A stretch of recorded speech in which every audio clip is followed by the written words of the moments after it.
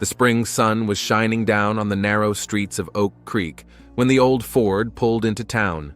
A young man in an austere black suit sat behind the wheel, his long fingers gripping the steering wheel tightly. Next to him, a frail girl with brown hair gathered into a neat bundle dozed.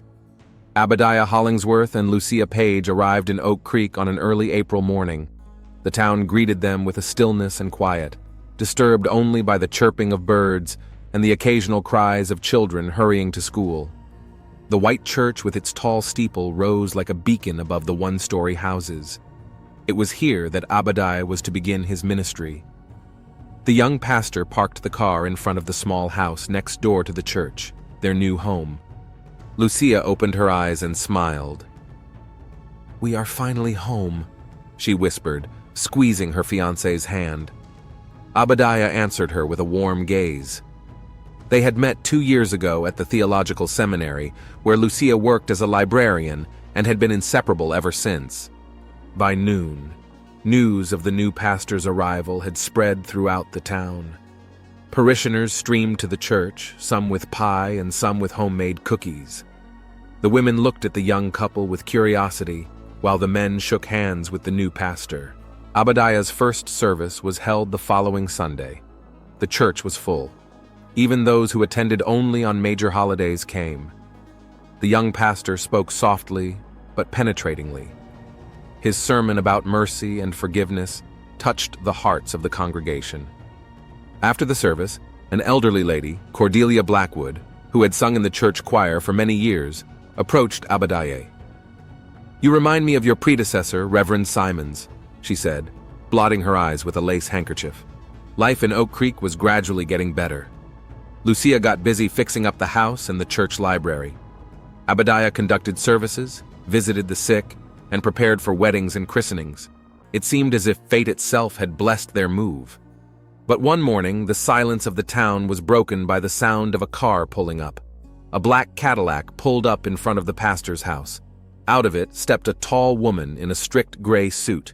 Her steel hair was gathered into a tight knot, and her eyes were filled with an authority that brooked no objection.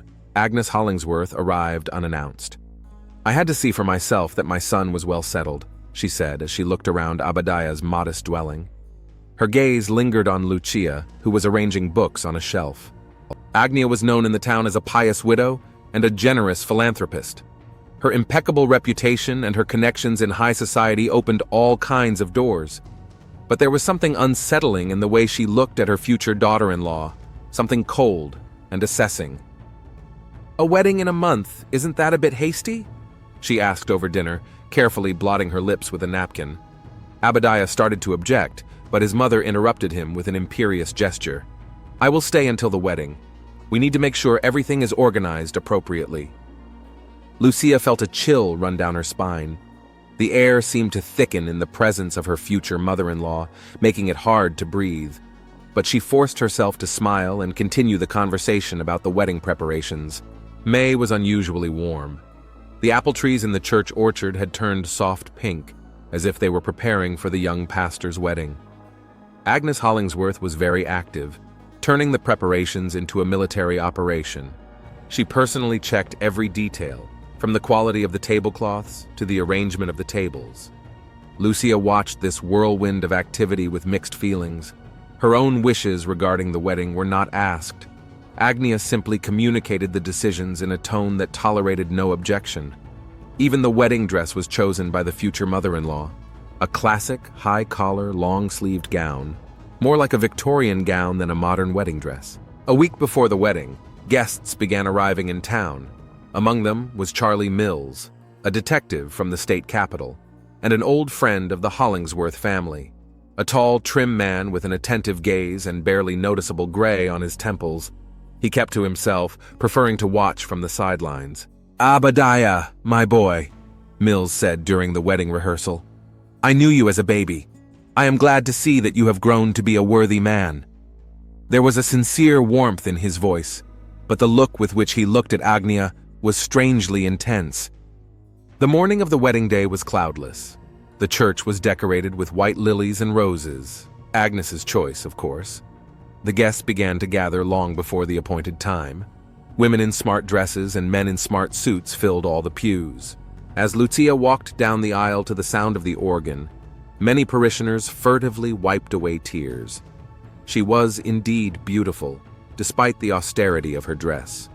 Obadiah, who was waiting for her at the altar, could not take his eyes off the bride. Agnes sat in the front row, perfectly straight, her face frozen. Only her tightly compressed lips betrayed her true feelings. Charlie Mills sat beside her, glancing at her from time to time. The wedding was conducted by Reverend Baker, who had come specially from a neighboring town. It was an unspoken rule that a pastor could not wed himself. The ceremony was solemn and touching. As they exchanged rings and vows, Obadiah felt Lucia's hands trembling. At the reception in the church garden, Agnia played the role of a gracious hostess, but her smile did not reach her eyes. She methodically went around the guests, accepting congratulations and thanking them for their excellent organization.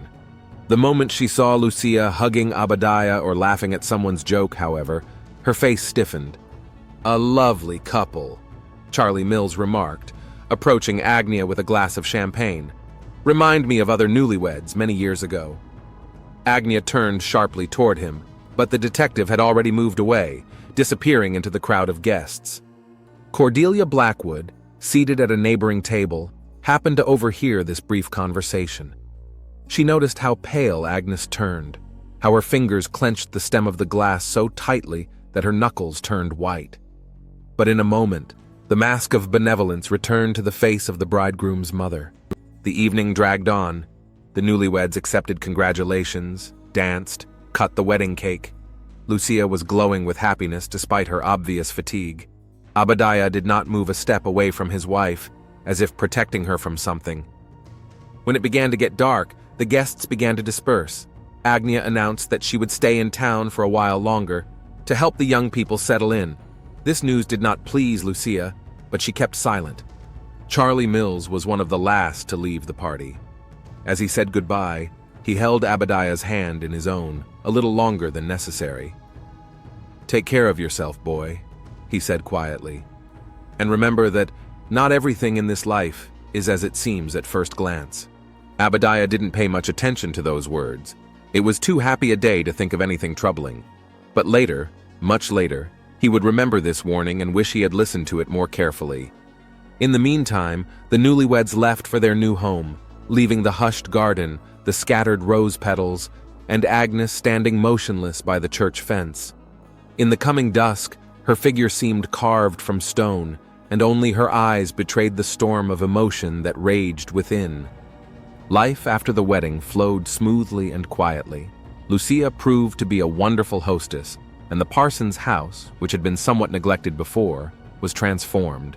Dahlias bloomed in the front garden, lace curtains appeared on the windows, and appetizing smells wafted from the kitchen. "You have turned this house into a paradise," Obadiah often said as he hugged his wife. At such moments, Lucia only smiled and clung tighter to her husband. Agnia, contrary to her promise, stayed in Oak Creek for a long time.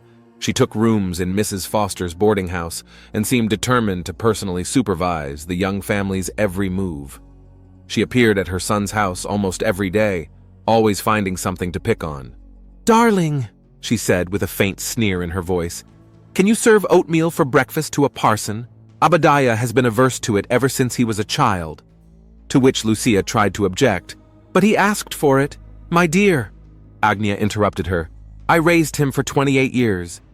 I think I know better what my son loves." Obadiah was torn between his wife and mother, trying to smooth over the ever-present conflicts. "Mother, please," he said tiredly. "Lucia is doing her best." Of course," Agnia replied with a cold smile. "I just want to help. You know how much I care for you." One rainy morning, Lucia decided to dismantle the church attic. "There are so many old documents and books there," she said to her husband at breakfast. "Maybe you'll find something interesting for the library." "Just be careful," Obadiah warned. "No one has cleaned up there in a long time, and the stairs are old. The attic greeted Lucia with dust and the smell of old paper.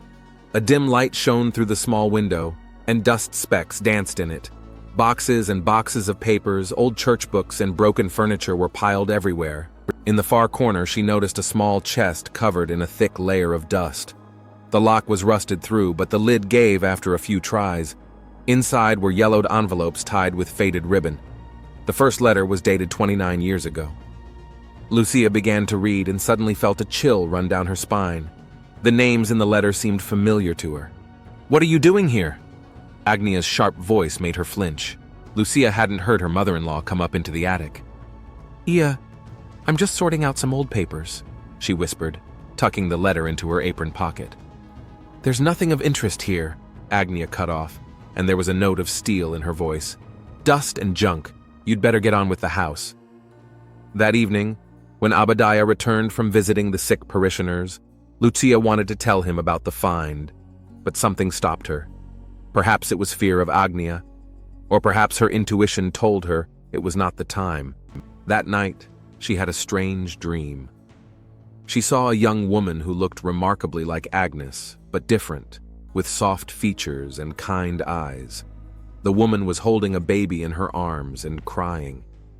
Waking up in a cold sweat, Lucia couldn't sleep for a long time.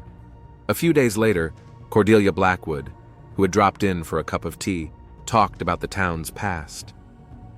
"You know, dear," she said, lowering her voice, 29 years ago, a strange story happened here. A young family disappeared, just vanished into thin air.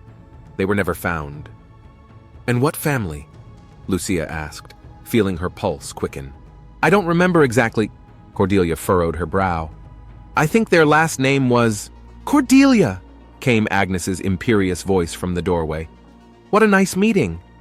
The old woman faltered at the half-word and turned visibly pale. For the rest of the visit, she spoke only of the weather and her flowers. That same night, Lucia was awakened by a noise in the attic. Looking out the window, she saw the light of a lantern flickering in the attic window. In the morning, when she went up there, she found that the chest had disappeared. Only a dusty footprint on the floor reminded her of its existence.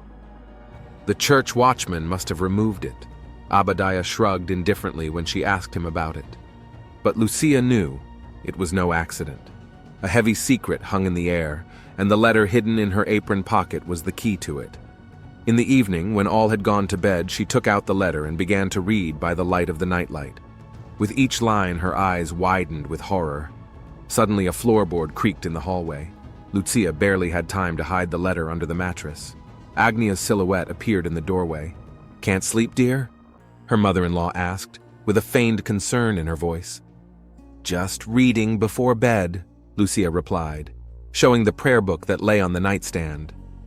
"That's commendable," Agnia nodded. "Just don't stay up too late. A young wife needs a healthy sleep." When her mother-in-law's footsteps died down, Lucia took a breath. She did not know what to make of the letter she had found, but she felt that something terrible lay behind it. Something Agnes Hollingsworth didn't want anyone to know about. The October wind blew fallen leaves through the streets of Oak Creek. Abadiah stayed late at church after the evening service. He had to prepare a sermon for Sunday. He was sitting in his office when he heard loud voices from across the churchyard. "I'm warning you for the last time." Agnia's voice was ringing with rage. "Stay out of things that don't concern you." "It concerns my husband!"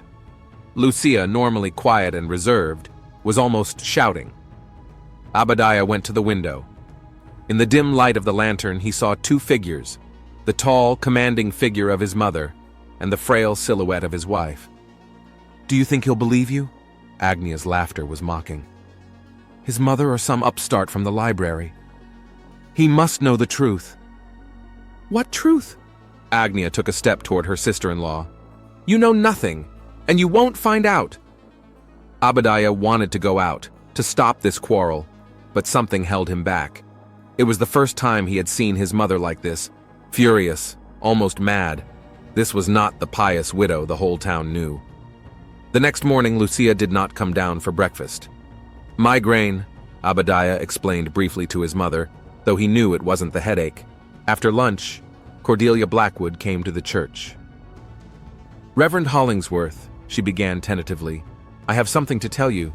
It concerns the past of your family." "Come in, Mrs. Blackwood." Abadiah led the old woman into the study. 29 years ago, a young pastor served here, Cordelia said quietly, constantly glancing back at the door. Jonathan Pierce. He had a wife, Rachel, and a newborn son. Why are you telling me this? Because they disappeared, all three of them, and a month later Agnia Hollingsworth came to town with a young son. Abadiah felt his back grow cold. What do you mean? The boy was about a year old, just as old as the Pierce's son was. Cordelia pulled a yellowed photograph out of her purse. The picture showed a young couple holding an infant in their arms. The woman was smiling at the camera, and that smile was so similar to Abadiah's own that it took his breath away. Where did you get this? Lucia found it in the attic. She asked me to keep the picture. At that moment, the door swung open. Agnia stood on the threshold. Cordelia, she said in an icy tone. What a surprise. The old woman jumped up, dropping her purse. I was just leaving. Mom. Abadiah picked up the photograph. Who are these people? Some old picture. How would I know? The woman. She looks so much like me. Nonsense. Agnia stepped forward, trying to snatch the picture. Give that abomination back. No. Abadiah backed away. You will tell me the truth, now. The truth? Agnia laughed, but you could hear the hysteria in her laughter. You want to know the truth? All right, I'll tell you the truth. She sank into a chair, suddenly aged 10 years. I loved you more than life. Everything I did was for you.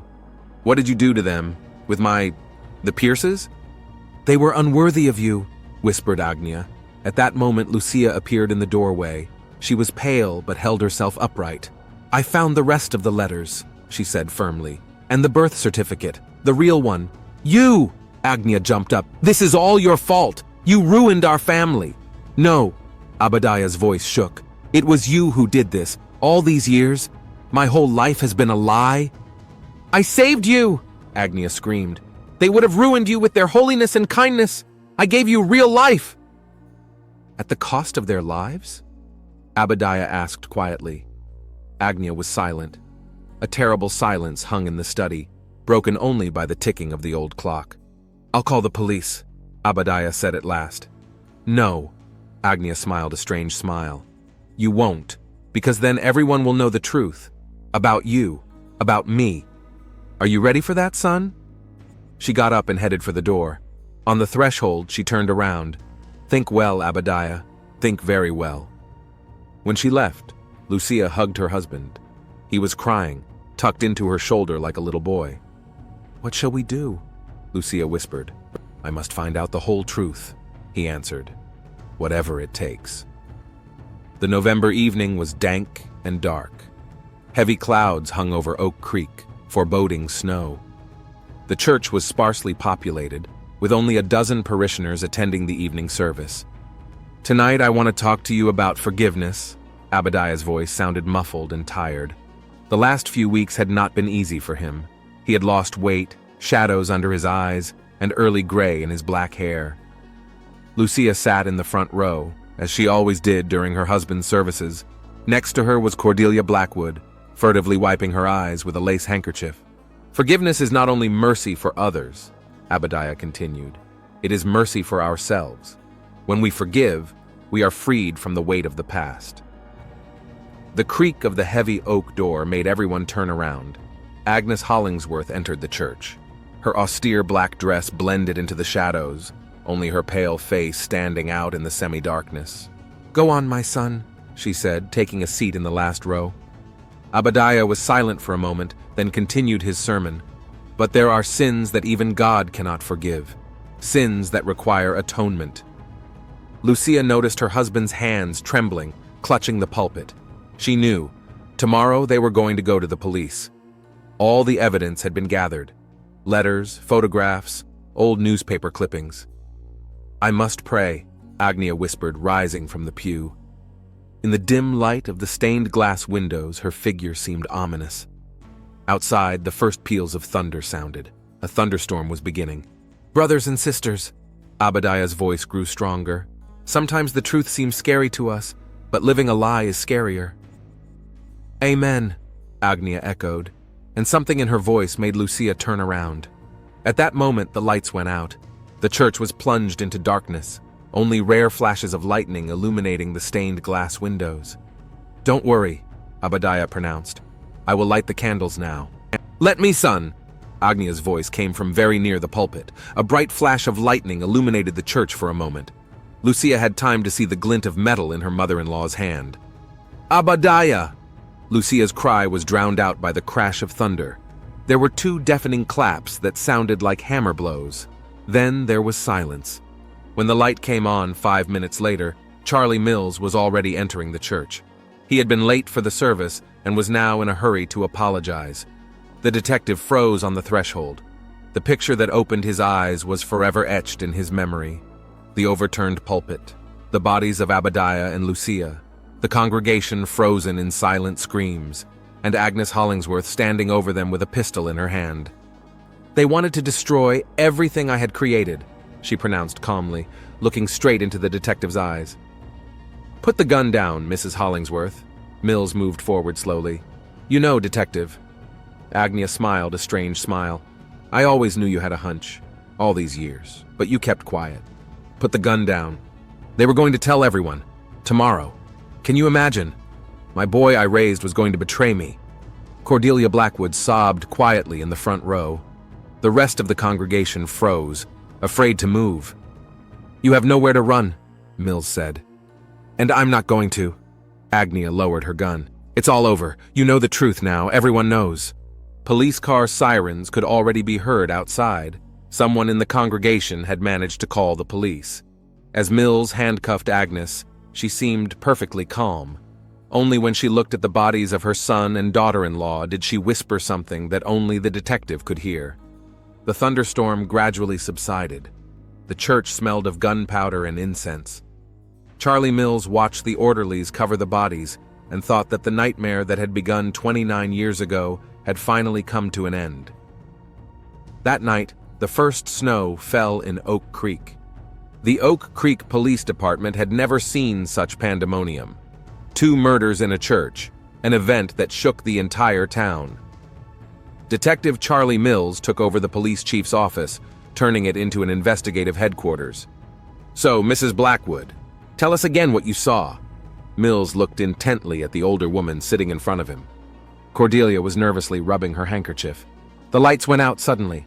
I heard footsteps, someone moving toward the pulpit. Then, those awful claps." "Are you sure it was Agnes Hollingsworth?" "When the lights came on, she was standing there with a gun, but... In the darkness, I thought I heard more footsteps from behind." Mills made a note in his notebook. Other witnesses crowded outside the study door. Parishioners, the church warden, even the letter carrier who had delivered the mail that evening. "Mr. Parker," the detective addressed the watchman, "did you check the electrical panel before the service?" "As usual, sir.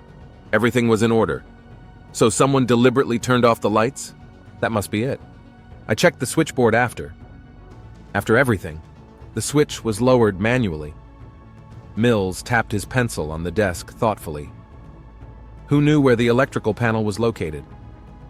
"Yeah, pretty much everyone in the church. It's in the back room. The door's never locked." There was a knock on the door. A young officer entered. "Detective, the ballistics report is ready." Mills unfolded the report. 22nd caliber pistol, older model. "Same as the one used to," the officer began and paused.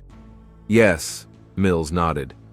"The exact same one that was used to kill Jonathan and Rachel Pierce 29 years ago." He pulled some old photographs out of a folder. A young couple smiled into the camera, holding an infant, Abadiah, in their arms. "Sir," the officer spoke again, but Mrs. Hollingsworth confessed.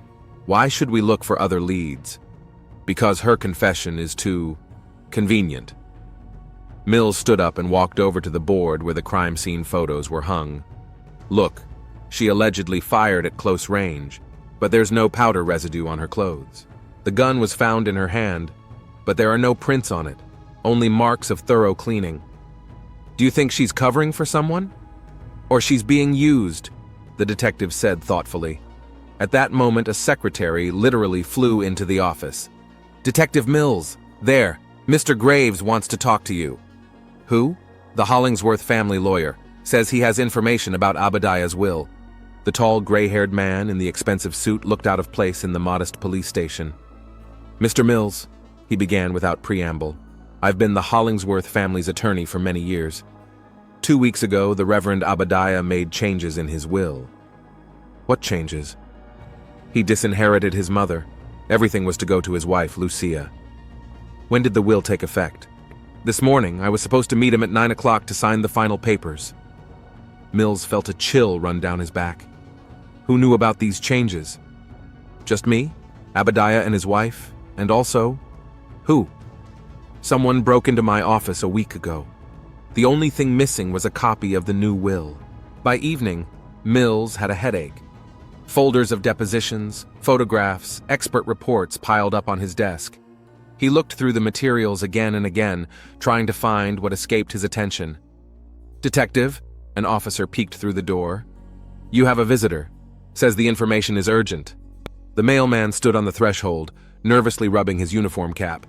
"Sir, I remembered something. That evening before the service, I saw a strange man at the back entrance of the church."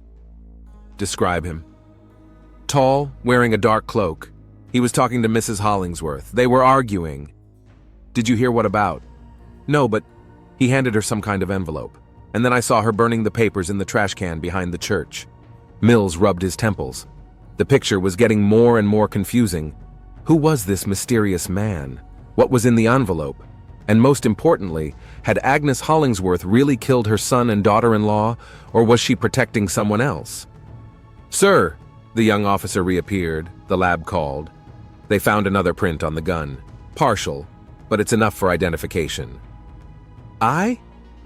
"You won't believe whose it is." Mills took the outstretched report and felt the ground go from under his feet as he read the name. The investigation was taking an entirely unexpected turn. "On that day 29 years ago, I should have been in church." Charlie Mills sat in the cell across from Agnia Hollingsworth. The woman looked 10 years older, but held herself still as straight. "Jonathan Pierce asked me to come, said he wanted to talk about something important, but I was late, just like this time." Agnia was silent, looking somewhere through the detective. "You know what I found this morning?" Mills pulled a yellowed envelope from a folder. "Letters, the very ones you tried to burn. You can't prove anything." Agnia looked him in the eye for the first time in the entire conversation. "I have already proved it. They are letters from Margaret Hollingsworth, your sister, the real Agnia Hollingsworth." The woman shuddered. "Your name is Elizabeth Gray, isn't it? You were a nurse at the mental hospital where Agnia was laid up. She told you about her family, about money, about her inheritance. And when she died, shut up! You took her place. But you needed a child to inherit the Hollingsworth fortune. And then the Pierce family came along with a young son." Agnia, now Elizabeth, laughed a hoarse laugh. "Do you think you've got it all figured out, detective? I found some old medical records. Agnia was suffering from infertility. That's why you were sure no one would be looking for her child. The perfect plan." "Plan?" She laughed again. "You have no idea what I've been through. Years of pretending, the constant fear of exposure. Why did you kill Obadiah and Lucia?" "I didn't kill them." "Stop it. You've been seen with a gun." "Yes, I was. But I wasn't the shooter." Mills stepped forward. "Who?" "What does it matter now? My boy is dead. He wasn't yours." 28 years old, she screamed. "I raised him for 28 years, feeding him when he was sick, reading him stories, teaching him prayers. I loved him more than life." "Loved? You stole him from his real parents, killed them. I gave him everything. And that girl, she was going to ruin everything. They were going to tell the truth. And that's why I told you, I wasn't the shooter." She was calm again. "Check the prints on the gun again. Check it carefully." Mills frowned. "We found a partial print. It belongs to a man who knew the truth all these years, who helped me then and helped me now." There was a knock on the door. The young officer held out a note to the detective. Upon reading it, Mills turned pale. "Impossible. What is it, detective?" Elizabeth's voice took on a triumphant note. "Is it the results of the re-examination?" Mills stood silently and headed for the door. "You know what the funny thing is?" she shouted after him. "He offered his own help, said it was the only way to keep the secret. And I believed it. How stupid I was! The detective walked out of the cell, feeling his hands shaking. There were only a few words in the note, but they changed everything. The print on the gun belonged to a man Mills had trusted for years, a man who had been there for the Hollingsworth family from the beginning. There was another folder waiting for him in the study. Inside were old photographs: young Elizabeth Gray in her nurse's uniform, Agnia Hollingsworth in the clinic, the Pierce family, and in each picture the same figure in the corner or background. Mills picked up the phone. All units, start a search immediately, but he knew it was too late. The man whose name he was about to call must have left Oak Creek long ago. The man who had been pulling the strings all these years, playing out his own play. The detective looked at the photograph of Abadiah and Lucia taken at their wedding. The young ones were smiling at the camera, unaware that their fates were already sealed. In the background, almost blending into the shadows, stood a familiar figure. "Mr. Judge, I ask that the full confession of Elizabeth Gray, also known as Agnia Hollingsworth, be entered into the record." The prosecutor's voice sounded clear in the hushed courtroom. Elizabeth sat upright, staring blankly in front of her. In the 3 months since the tragedy, she had aged even more. 29 years ago, I worked as a nurse at the Pine Forest Psychiatric Clinic, she began in a steady voice. That's where I met the real Agnia Hollingsworth. She was suffering from severe depression after learning that she would never be able to have children. There was absolute silence in the courtroom. Charlie Mills, sitting in the front row, kept his eyes on the defendant. Agnia told me about her family, about the Hollingsworth's condition, about how desperately she wanted a child. When she died of a drug overdose, I saw my chance. And you appropriated her identity? The prosecutor clarified. Yes, it wasn't difficult. She had no close relatives left. I studied her manners, her background, her habits. But I needed a child, an heir. Otherwise, everything could have been revealed. Tell me about the Pierce family. Elizabeth covered her eyes for a moment. Jonathan Pierce was a young pastor. He had a wife, Rachel, and a 1-year-old son. I watched them for weeks. They were so, happy. What happened the night they disappeared? I went to their house. Said I needed the pastor's help. Jonathan, he was always helping people. He couldn't say no. Muffled sobs were heard in the hall. It was Cordelia Blackwood crying. Go on. I shot them both. Took the baby. No one was looking for them too hard. The young family just disappeared, it happens. And I became Agnia Hollingsworth, a respectable widow with a young son. And all these years no one had a clue. There was one man. He knew from the beginning. Offered to help. For a share of the inheritance. Mills pitched forward. This was it, the confession he'd been waiting for. Give me his name. Robert Graves, attorney for the Hollingsworth family. A surprised whisper swept through the room. He's the one who helped me organize the Pierce's disappearance. He noticed little Abadiah's resemblance to the Hollingsworth family. They all had those special blue eyes. He forged documents. Created a legend about me leaving and returning with the baby. Why did you decide to come clean now? Because Robert betrayed me. When Abadiah found out the truth and changed the will, Robert panicked. He was afraid the truth would come out. He was the one who shot at the church. But you were seen with a gun. Yes, I took it. I wanted to protect my son, but I was too late. Robert had already done everything, and then he set me up, disappeared with the money and documents. Mills remembered the last conversation he'd had with the lawyer. He'd brought information about the will and disappeared, supposedly off to visit clients in another city. Now the police in 3 states were looking for him. What made Abadiah suspect the truth? The letters. Silly, sentimental letters that the real Agnia wrote to her sister. Lucia found them in the attic. She was a clever girl. Too clever. You didn't try to stop them? I tried. Begged them to keep the secret. But Abadiah, he was as principled as his real father. He said the truth had to come out. And that's when you went to Graves? No. He came to me himself. Said he knew of Abadiah's plans. Offered to solve the problem. I thought he meant money, documents. I didn't know he was planning an assassination. Elizabeth fell silent. Tears were running down her cheeks. I loved him, she whispered. Loved my boy. Everything I did. You stole his life, Mills said quietly. I gave him another life. One that ended with a bullet in a church. The court sentenced Elizabeth Gray to life in prison. Robert Graves was found 2 months later in Mexico, trying to cross the border with forged documents and a suitcase of money. The Oak Creek story made the newspapers, but it was gradually forgotten. Only Charlie Mills would occasionally visit the cemetery, where 2 couples, Jonathan and Rachel Pierce, and their son Abadiah and his wife Lucia, were buried nearby. I'm sorry, he said, placing flowers on the graves. I'm sorry I didn't make it. And in her cell, in the women's prison, Elizabeth Gray pulled out a tattered photograph of a little boy with blue eyes every night and whispered a prayer, the only one she remembered from her childhood. A prayer for forgiveness,